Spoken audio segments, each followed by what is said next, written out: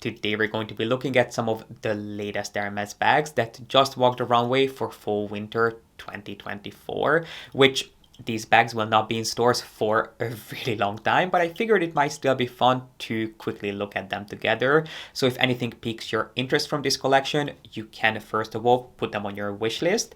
You can express your interest at your local boutique, and you can start budgeting accordingly. So without further ado, if you'd like to hear my thoughts on the newest Hermes bags launching for fall winter 2024, most of which aren't actually that groundbreaking. In fact, most pieces we'll look at are just a reinterpretation of a classic, iconic, but without a doubt extremely popular Hermes bag. Then make sure to give this video a thumbs up, subscribe down below if you haven't done so yet, and keep on watching. Why don't we start with some of the new shapes and then make our way towards some of the reinterpretations of very classic and iconic Hermes bags, which will not make them any less popular. Just because we've seen them before doesn't mean that they will not be all the craze in the coming season. But anyway, let's start with some of the new shapes, which I have some of the pictures pulled up on my phone from the runway, but I'll make sure to put the pictures up on the screen as well so you can see everything that I'm looking at.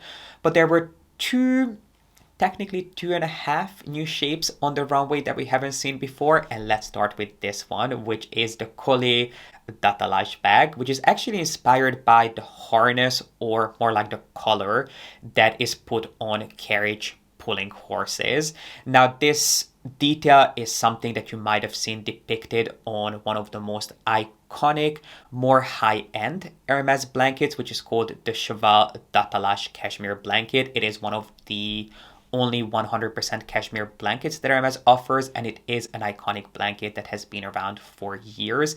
It's not nearly as popular and as well known as the Avalon range, mainly because it is a little bit more understated in that the branding isn't so obvious, because the design is definitely extremely detailed and ornate, but it is also a lot more expensive. I think it's like almost three times the price of the Avalon blanket, because this is 100% cashmere, whereas the Avalon range is only 10% cashmere and 90% wool, and it does not feature details as intricate as the Cheval Dattelage blanket. So if you're looking for an interesting blanket, I guess this is something else for you to look at, even though it's not a new design. But what I'm trying to point out here is that the Collier Dattelage detail is something that is also featured on this particular blanket, which is a collar that is put on carriage pulling horses, which is what this bag pays tribute to. Now this is an extremely simple grab and go crossbody bag. If you're looking for a bag that you can just throw on and be out the door, this is something that you will really enjoy. It's quite hard to tell, but based on the pictures, I have a suspicion that it's going to be available in two different sizes. In box, I think it was shown on the runway, and also in Epsom. It features an adjustable shoulder strap, which is not removable. Instead, it's attached to the bag with these two really intricate metal rings. And speaking of metal details, this bag doesn't actually feature any sort of hardware. Instead, the fastening is just a really, really simple leather band that the flap slides through, and then the body of the bag is slightly curved. To me, I don't have anything against this bag, but to me it just feels a little dull and kind of bland. But if you're looking for a really simple, understated utilitarian bag, this is something that's going to be launching for fall winter. I think it's going to be available in box and Epsom, so it's going to be around in at least two different leathers, and it might be available in two different sizes, but that is just my guess based on the pictures. So if you're looking for something that is just really a functional bag, this is going to be launching really, really soon. And we are getting another equestrian inspired bag, which is on the complete opposite end of the spectrum. While the Collier Dattelage bag is all about functionality, it's all about it being a grab and go bag. This next piece is definitely for the Hermes collector, which is called the Charnier To Go bag. Now, Charnier is a term that you might have heard from Hermes before, or more like at Hermes rather than from Hermes, because if you have ever looked at their range of fashion jewelry, you might have seen the so-called Charnier collection, which actually draws inspiration from the hinge mechanisms that were used on travel trunks. I mean, just leave it to Hermes to be inspired by anything and everything. They can draw inspiration from the most trivial details that no other brand would ever look at twice, and Hermes builds an entire franchise around them.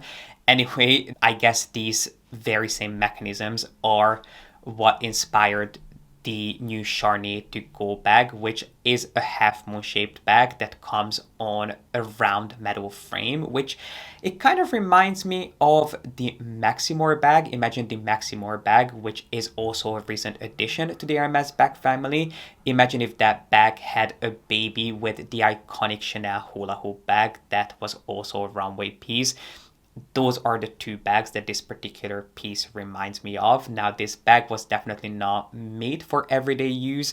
This is for the Hermes collector. If you love a small, mini, really unique, special bag, this is definitely something that I think you will be intrigued by. It comes, based on the pictures, only in one size, in one leather, and in a few different shades with palladium hardware. And similar to the Maximor bag, this bag also features a removable strap, but it doesn't seem to be a shoulder strap. Instead, it's kind of like almost like a lanyard, which you can use to grab the bag, put it over one shoulder, or you can style it wrapped around the belt as it was shown on the runway. So it's definitely a really unique, eye-catching special piece that definitely has a really obvious equestrian inspiration to it, but it's definitely not for the Hermes novice. I think it's mainly meant for those who are looking for some really beautiful novelty pieces, and if you're interested, it is something that's launching for fall winter,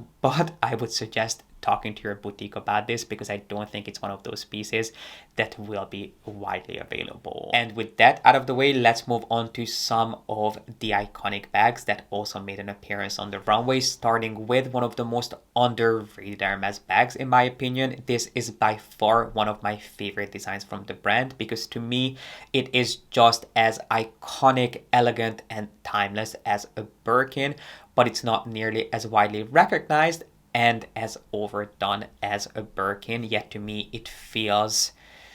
I just personally have such a love for this bag. It's not something that I would carry myself. I have tried it several times. I don't think it suits me, but if you are looking for an extremely elegant, timeless, classic bag that also features two top handles and a zip closure, this is definitely something that you want to put on your radar, which is of course the Bolide bag, which was shown on the runway in one size. It was shown in the larger size, which is a size 30, but this bag has been around since I think 1923 this bag was designed, and this bag has this really unique curved shape for a reason. In fact, it was designed this way so it would fit into the rounded trunks of cars. Obviously back then people mainly traveled with trunks, and this was the very first handbag that was specifically designed to fit into the trunk of cars. And fun fact, it was also the very first handbag to ever feature a zip closure, and not much has changed. Even though it's a bag that they have played around with, they have introduced it in different structures and different sizes. The most popular sizes at this point are the Mini Bolide, then you have it in size 25 and size 30 in the women's range, and then there are also larger sizes in the men's range, which are mainly recommended for traveling. But I think size 25, the mini, and 30 are the most popular sizes for women, and it also made an appearance on the runway, which I hope means that we'll start getting more and more of these bags because it can be quite tough to find. Thankfully, because it's not quite as well known as something like a Birkin or even something like a Picotin, it doesn't actually hold its value well. So if you are looking to add this bag to your collection, I would suggest doing it on the Preloved market because you can find these at amazing prices. I'll definitely have a look for you, and if I can find anything, I'll make sure to leave them in the comment section down below. But this is a bag that is making a comeback, not that it's ever gone anywhere, but hopefully it will receive a little bit more time in the spotlight for fall winter. And by the way, another detail to note here is that the Bolide bags also come with a removable shoulder strap. All the different sizes come with a removable shoulder strap except the Bolide Voyage. Well, some of them do come with a larger, not larger, I should say, a wider, thicker canvas strap, but the traditional Bolide Voyage, which I think is size 45, or no, I think it's size 50. Those don't come with a shoulder strap, but the traditional Bolides do actually come with a removable shoulder strap, which is of course an added detail, and it just shows that this bag was really made to be used and enjoyed. And speaking of bags that feature a shoulder strap, how could I not mention the newest take on the Mini Constance here, which is eerily similar to a bag I once designed for Hermes.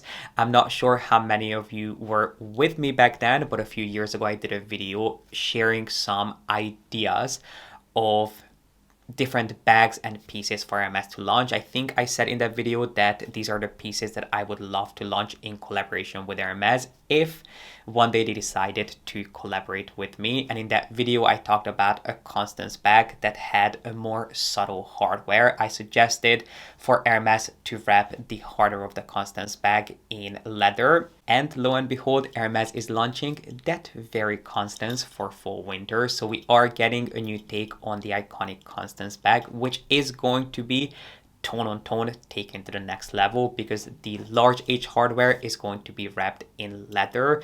It is going to be available in a few different shades in goatskin, which, you know, I'm not the biggest fan of goatskin, but I might have to make an exception when it comes to this bag, because this to me is just one of the most innovative takes on an iconic Hermes bag I have ever seen. So far we have only seen this in the Mini Constance, but I would not be surprised if at one point it was also launched in the Constance 24 or in the new reiteration of the Constance 24. But if you're a fan of the Constance bag, or maybe you liked the idea but you could never get on board with that large in-your-face H hardware, this is definitely something that you want to put on your radar, because to me it is one of the most beautiful Constance bags I have ever seen, and the most beautiful bags I have ever designed. This is just exquisite. So I'm really excited to see this bag in person and hopefully get the chance to play around with it. And while we're on the topic of Constance bags and the holy trinity of Hermes bags, we are getting quite a few new takes on the Birkin.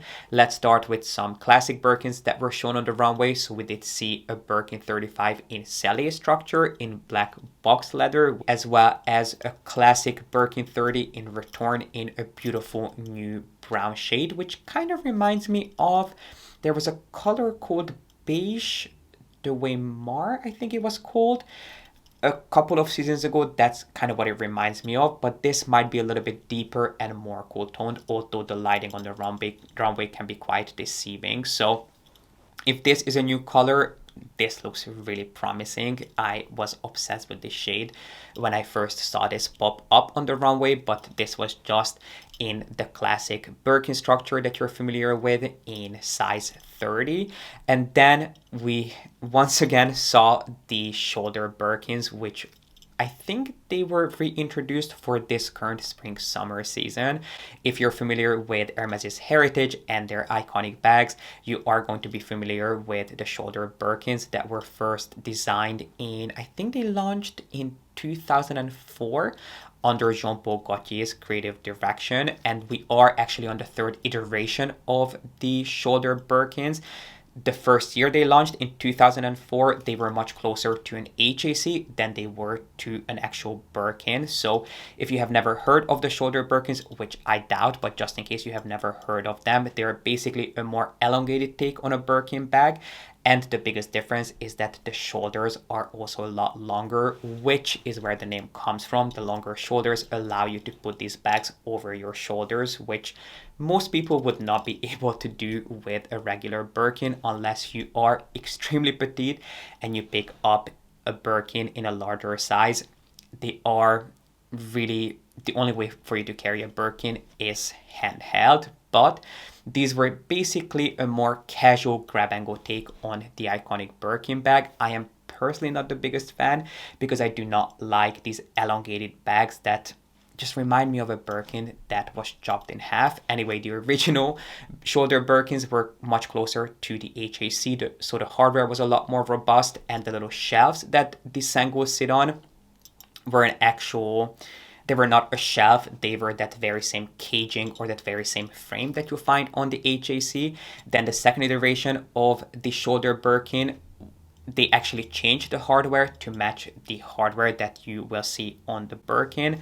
So the twist closure is rounded, and on the second iteration, you'll see the shelves instead of the framing of the HAC.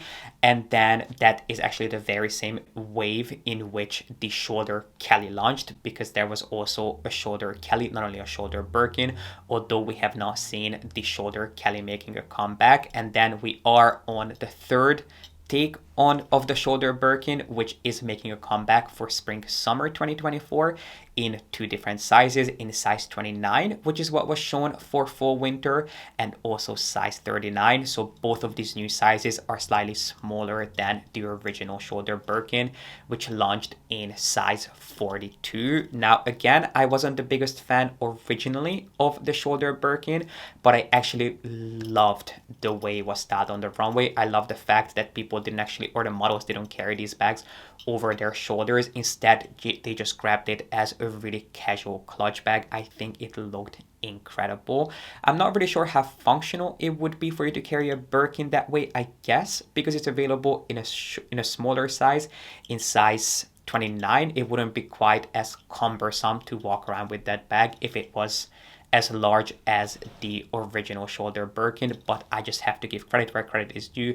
I did really like the way it was styled, but it's still not something that I would personally add to my wish list, but it is slowly growing on me. So if you are a fan of the original shoulder Birkin, or if you just love the idea of the Birkin, but you always felt that the original style was just a little bit overwhelming for you, these bags are a little bit wider, but a lot more shallow than the original Birkin line. So these are coming not only for spring summer, but also for winter. So they're here to stay for a little while. So if you are planning on adding a shoulder Birkin to your collection, be sure to express your interest at your boutique as soon as you can, because I have no doubt that they are going to be quite hard to come by. But this actually brings us to the end of today's video, discussing some of the newest bags launching from Hermes for fall. I cannot wait to hear your thoughts in the comment section.